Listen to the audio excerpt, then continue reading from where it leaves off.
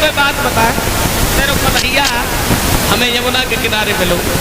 भैया सच बात बताइए तुम। और जब यमुना के किनारे जो कन्हैया मिलो और वहां पे हमारे संग में सखियां, काफी सखियां रहे भाई। समय जब कन्हैया ने तो मालूम क्या करो, सुने वे सखियां जो रहे, सखियां कोई छोटी रहे, कोई मोटी रहे, कोई बड़ी रहे, कोई लंबी रहे। हाँ, उन सखियन में कैसी कैसी दशा रहे सखियन की कि कौन किया ना कौन मारा कौन तेरा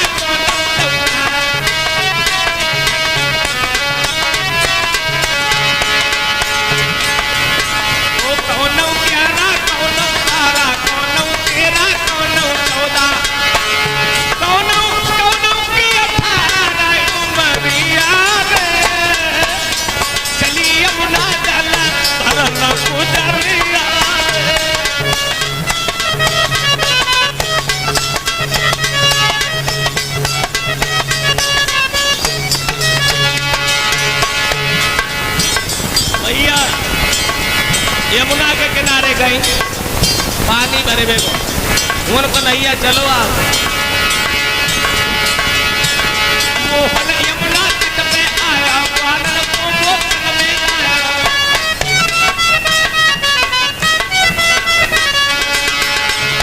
मोहन यमुना तट पे आया सब वानर को संग में लाया।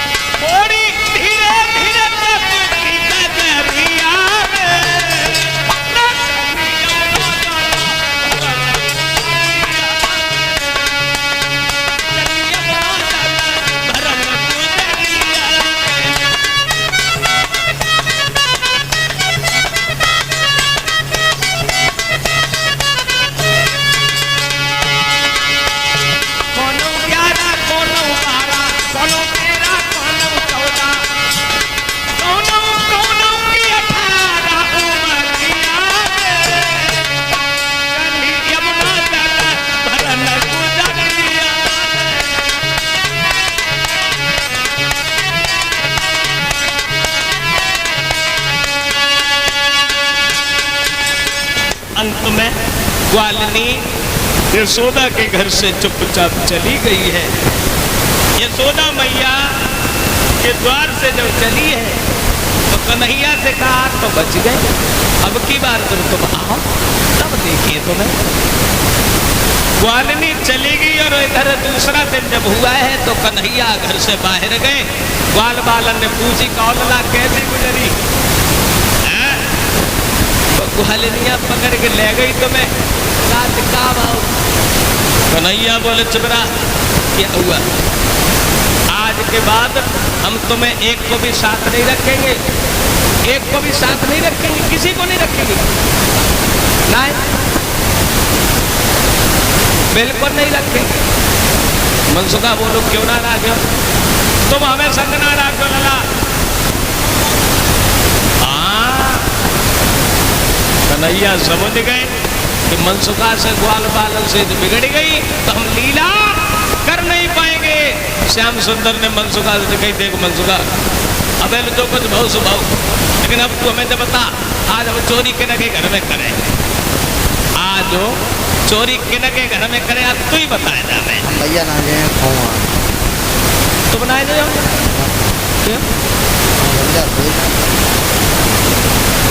अच्छा क्या सोचना था, हमें नींद लगी और चली जाए तो मार पत्ते बना खा दिया तो हमें तो खबर है। देखो मनसुखा भैया अगर तुम बनाए जाओ तो अच्छो ना लगे, अच्छो लगा भैया यार ना लगा हम तो ज्यादा। अरे बात सुन भैया, तुम्हें आज डबल हिस्सा कल के जुटे आई थी मैं कहते ये थी कि अच्छा अब मोदी के पेट बैठी पूरा निकली है।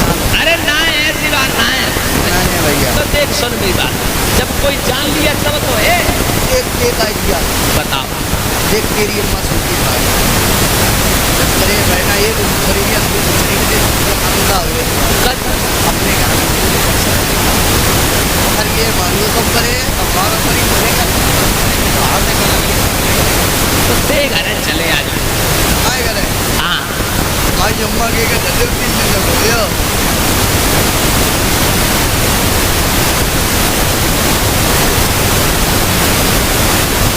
भैया देखे, अगर तेरी इच्छा है कि हम अपने घर में निभाए चले, कैसे अपने घर में चोरी करने से क्या फायदा है?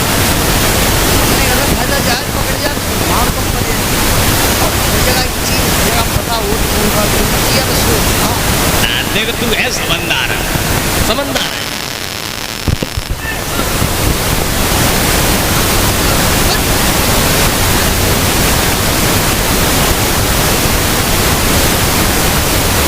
भाई समय पे भैया सब ग्वाल बालन को कन्हैया ने संग लो और अपने ही घर में चोरी करने गए हैं। अबे माखन जो रहा है, माखन ऊंचे पे रखो है, ऊंचे पे। कन्हैया बोले आज हम काऊ को नीचे ना चाहिए, आज काऊ ना चाहिए। भगवान ने मटकिया जब ऊपर टंगी देखी तो लाठी उठाई, लाठी और लाठी उठाई कन्हैया ने मटकिया में मारी। हुआ ऐसा तुम्हारी छड़ी वो फूटी सीके की मटकिया, मारी छड़ी वो फूटी सीके की मटकिया, निकली माखन की धारा, कही मोहन से, मोहन से, मारी छड़ी वो फूटी सीके की मटकिया।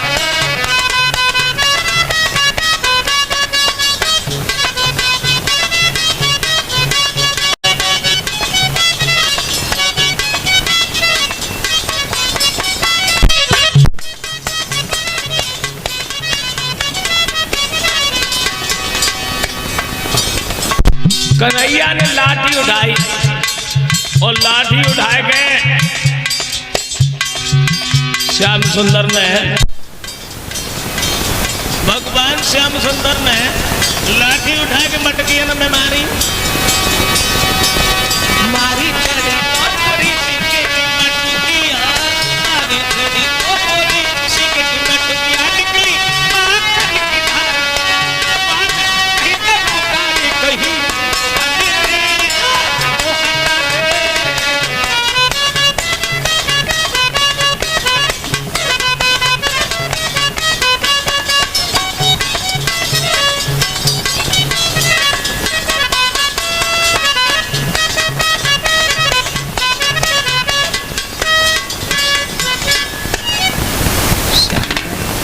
मटकी फोड़ दी।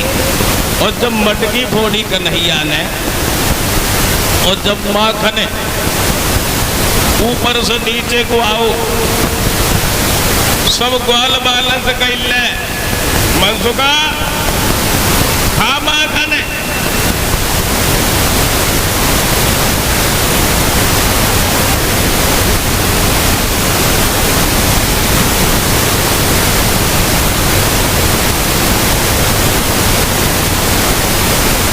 माखन भगवान श्याम सुंदर को खिलाया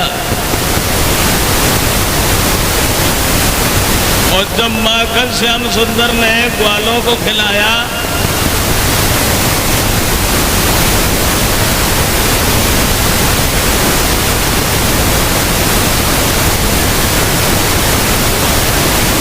भगवान मुरलीधर माखन खवाने लगे हैं, स्वयं भी खाने लगे हैं। मनसुखा माखन खात जाए रहो और बातें करते जाए रहो। बारे कन्हैया सच बात है, जो सुख अपने घर माखन खाने में हुआ करता है वो दूसरे किसी के घर में नहीं होता है। अब मनसुखा बातें करते जा रहे हो, अरे माखन खात जा रहे हो, खूब खुश है खूब। कन्हैया से मनसुखा ने एक बात कही, अरे मुरलीधर यशोदा के लला घनश्याम, घनश्याम और तेरी चाल न मेरे बन भाई।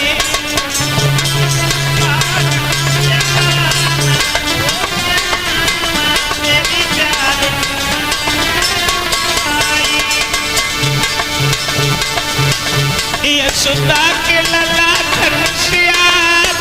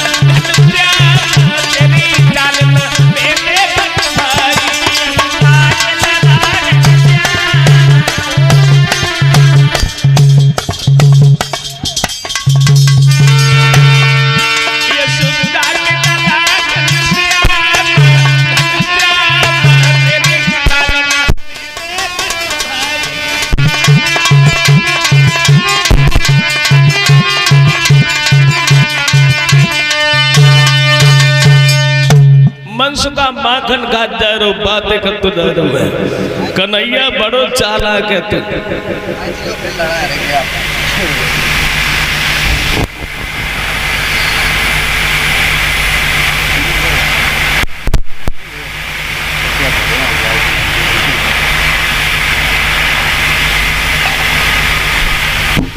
तोले बहु यशोदा मैया आई गई, ग्वाल बाल माखन खा रहे थे, यशोदा मैया आई गई और जो यशोदा को देखो सब ग्वाल बाल घर भागे, ग्वाल बाल भाग गए और कन्हैया की कलाई पकड़ ली यशोदा मैया ने। श्याम सुंदर से कहा क्यों श्याम, कोई भी ग्वाली शिकायत करने आई, मैंने किसी की बात नहीं मानी, आज तो तूने मेरे घर में मेरी सास के हाथ की मटकियां भोट डाली, इसलिए कन्हैया आज मैं तुझे नहीं छोड़ूंगी। यशोदा मैया ने श्याम सुंदर को रस्सी ले ली और उस रस्सी में बांध लिया है। रस्सी में बांधने के बाद यशोदा मैया ने श्याम सुंदर को, यशोदा के घर में एक ओखली थी, उस ओखली में बांधा। लेकिन जब मैया ने कन्हैया को रस्सी में बांधा तब श्याम ने एक लीला दिखा दी। लीला दिखा दी, कौन सी लीला दिखाई? यशोदा मैया जब रस्सी में बांधती है, कन्हैया रस्सी में बंध नहीं रहे, ऐसा भगवान ने वो दृश्य दिखाया। कैसा कि वो रस्सी घटती जाती है या श्याम मोटाते जाते हैं, यशोदा झुझलाती जाती है, वो हन मुस्कुराते जाते हैं।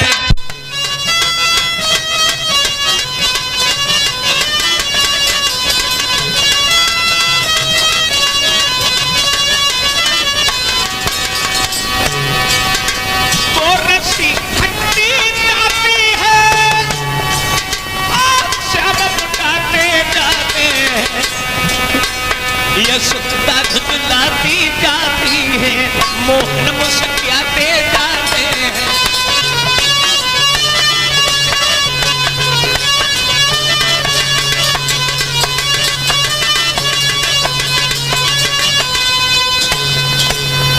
माँ यशोदा ने कन्हैया को रस्सी में बांधा। कभी तो रस्सी छोटी पड़ जाती है, कभी श्याम मोटे हो जाते हैं, और अंत में यशोदा को जब दुखी देखा है तो श्याम ने अपनी लीला समेट ली और एक रस्सी में कन्हैया बंध गई। यशोदा के घर में एक ओखली थी, उस पत्थर की ओखली में श्याम सुंदर को बांध दिया और यशोदा काम से लग गई। श्याम सुंदर ने झटका मारा और जब झटका मारो कन्हैया ने ओखली को गिरा लिया। झटका दे के श्याम ने वो ओखली लई गिराए, यमला अर्जुन के वृक्ष में बतुरत फांस दई जाए। ओखली कन्हैया ने गिरा ली।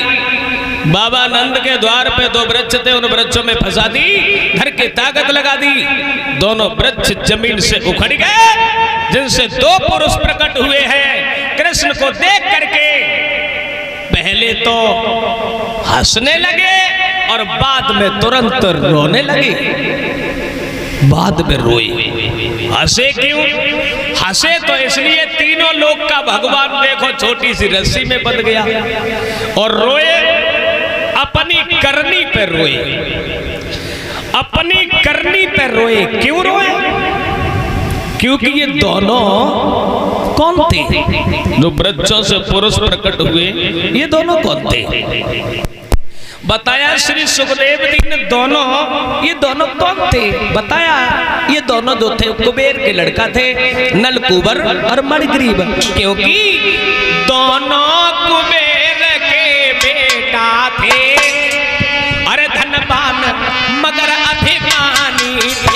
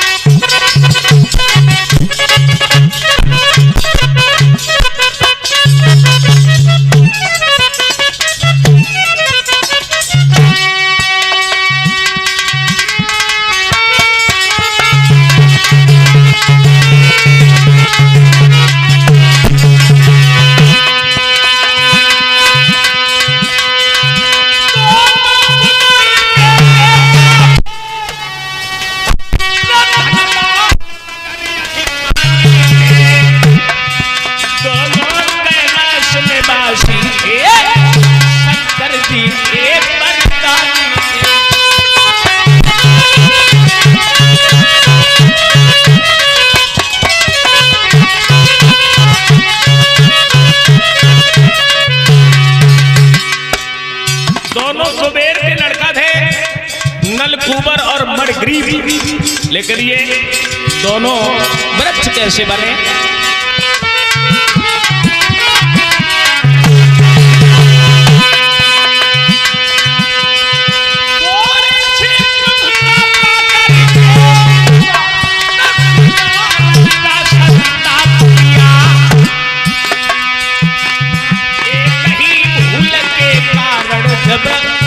ऋषि नारद ने उन्हें श्राप दिया।